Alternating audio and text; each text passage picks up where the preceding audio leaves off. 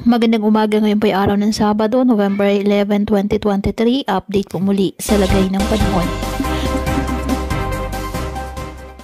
Ayon sa Pag-asa, isang low pressure area ang minomonitor ngayon sa labas po ng ating area of responsibility sa may silangan ng Mindanao. Sa ngayon may kalayuan pa ang nasabing LPA at wala pang direktang epekto sa lagay ng ating panahon. Patuloy natin na i-monitor dahil ayon sa Pag-asa, posible itong pumasok ng ating area of responsibility.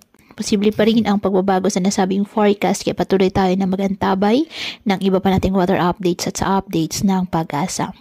Easterlies naman na nakakaapekto sa Southern Luzon, Visayas at Mindanao. Ngayong araw, apektado ng northeast monsoon ang Batanes at Babuyan Islands, kaya asahan po dyan ang bahagyang maulap hanggang sa maulap na kalangitan with isolated light rains.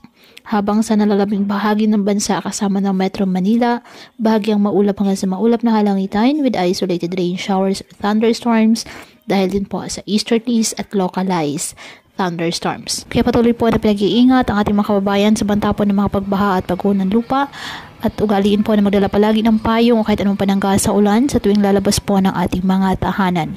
At yan po muna ang update sa lagay ng panahon ngayong araw. Muli patuloy po tayo na mag-ingat at palaging tandaan, God loves you. Stay safe and God bless.